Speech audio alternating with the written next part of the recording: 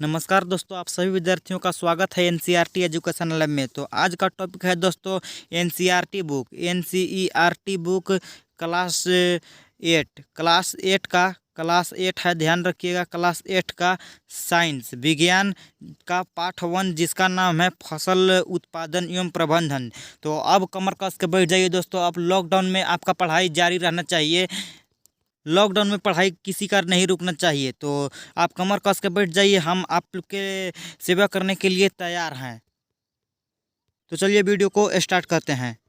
Start करने से पहले आप ध्यान दीजिएगा कि यह सप्ताह 1 है।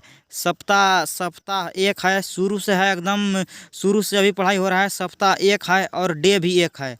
डे 1 पहला दिन है। अब चलिए वीडियो को स्टार्ट करते हैं। तो है, पाठ का नाम है फसल उत्पादन एवं प्रबंधन। तो पाठ शुरू करने से पहले हम लोग देखते हैं कि फसल उत्पादन कैसे होता है, प्रबंधन कैसे होता है। तो फसल उत्पादन आप गांव में देखे होंगे, या कोई भी कृषि कार्य करता है, फसल उत्पादन करता है तो उसे मिट्टी तैयार करना होता है, बीज बोना होता है, अन्य तरीके से बहुत तरीका होता है मिट्टी तैयार करने के लिए, और प्रबंधन। तो चलिए अब वीडियो को बढ़िया से समझते हैं और इस पाठ को अच्छे तरीके से समझते हैं। तो कह रहा है कि ग्रीष्म अवकाश में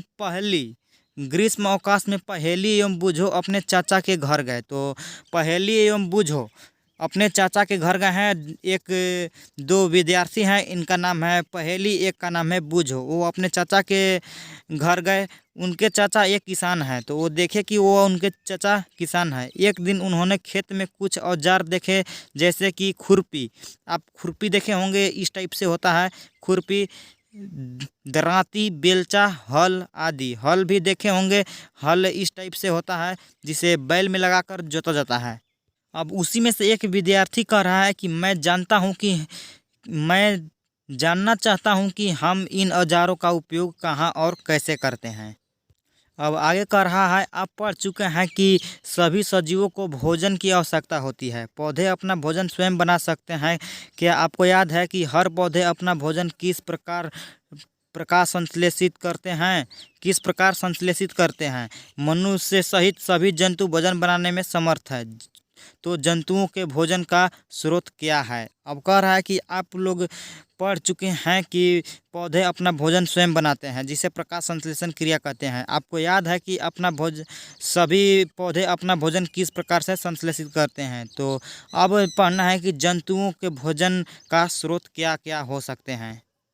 अब आगे है कि परंतु हम भोजन का ग्रहण ही क्यों करते हैं? तो सोचने वाली बात है कि हम खुद से अपना भोजन अपने अंदर क्यों नहीं बना सकते हैं? भोजन को ग्रहण करने की क्या ज़रूरत है? आप जानते हैं कि सजीव भोजन से प्राप्त ऊर्जा का उपयोग विभिन्न जैविक प्रक्रिया जैसे पाचन, श्वसन एवं उत्सर्जन के संपादक में करते हैं। हम अपना भोजन पौधे अथवा जंतुओं या दोनों से ही प्राप्त करते हैं। तो जो अभी हम भोजन प्राप्त करते हैं वो हम पौधे पर निर्भर रहते हैं या जंतुओं पर अस्थायी या अस्थायी रूप से निर्भर रहते हैं, क्योंकि हम सभी को भोजन की आवश्यकता होती है।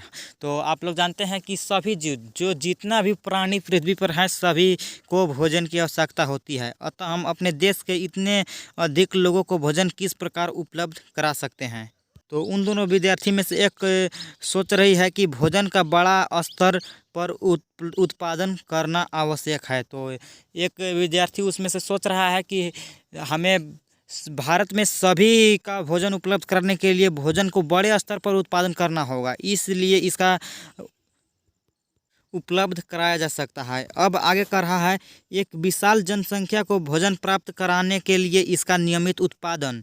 कह रहा है कि एक विशाल जनसंख्या को भोजन प्राप्त करने के लिए इसका नियमित रूप से इसका उत्पादन होना चाहिए, उचित प्रबंधन होना चाहिए, इसका वितरण भी इसके अनुसार होना चाहिए, बहुत ही सोच समझ कर होना चाहिए।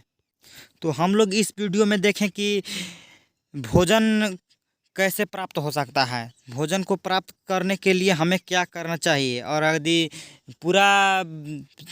पूरा विशाल जनसंख्या को भोजन प्राप्त करना है तो उसको नियमित उत्पादन करना चाहिए। पूरा फसल को अच्छे तरीके से नियमित उत्पादन करना चाहिए, उसका उचित प्रबंधन होना चाहिए। इस वीडियो में इतना ही। अब नेक्स्ट वीडियो में मिलेंगे तो पढ़ेंगे कि कृषि पद्धतियाँ क्या होती है, कृषि पद्धतियाँ क्या होती है, और खरीफ फसल, रबी फसल आधारित फसल पद्धतियाँ, मिट्टी तैयार करना, ये हम कल पढ़ेंगे नेक्स्ट वीडियो में।